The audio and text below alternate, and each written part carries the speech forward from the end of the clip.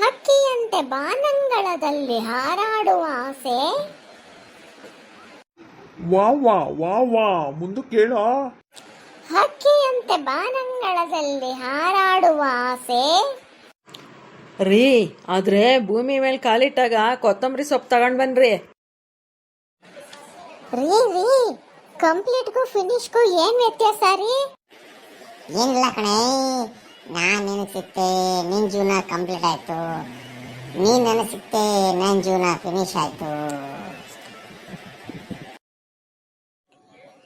ಅಜ್ಜಿ, ದಿನಾಲೂ ನೀನ್ ನಂಗೆ ತಿನ್ನಕ್ಕೆ ಗೋಡಂಬಿ ಬಾದಾಮಿ ದ್ರಾಕ್ಷಿ ಕೊಡ್ತೀಯಲ್ಲ, ಅಷ್ಟೊಂದು ಪ್ರೀತಿನ ನನ್ನ ಮೇಲೆ? ಹಂಗಲ್ಲ ಮಗ, ನನ್ನ ಬಾಯಲ್ಲಿ ಹಲ್ಲಿಲ್ಲ ನೋಡು, ಬರೀ ಚೀಪ್ತೀನಿ, ಉಳ್ದಿದ್ದನ್ನ ಸುಮ್ಮನೆ ಬಿಸಾಕಕ್ ಮನ್ಸಾಗಲ್ಲ. ರೀ ನಾನು ತಪ್ಪಿಸ್ಕೊಂಡ್ರೆ ನೀವೇನ್ ಮಾಡ್ತೀರಾ? ನೀವು ತಪ್ಪಿಸ್ಕೊಂಡ್ರೆ ನಾನು ಪೇಪರಲ್ಲಿ ಅಡ್ವರ್ಟೈಸ್ ಕೊಡ್ತೀನಿ. So sweet. ಏನಂತ ಕೊಡ್ತೀರಾ ಅದರಲ್ಲಿ? ಎಲ್ಲೇ ಇರು, ಹೇಗೆ ಇರು, ಅಲ್ಲೇ ಇರು.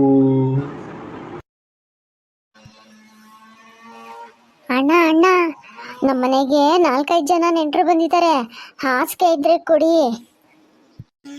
ಅಲ್ಲಮ್ಮ, ನಮ್ಮನೇಲಿ ಒಂದು ಹಾಸಿಗೆಯಲ್ಲಿ ನಾನು ನನ್ನ ಮಗ ಮಲಗ್ತೀವಿ, ಇನ್ನೊಂದ್ರಲ್ಲಿ ನನ್ನ ಹೆಂಡತಿ ಮತ್ತೆ ನನ್ನ ಸೊಸೆ ಮಲಗ್ತಾರೆ.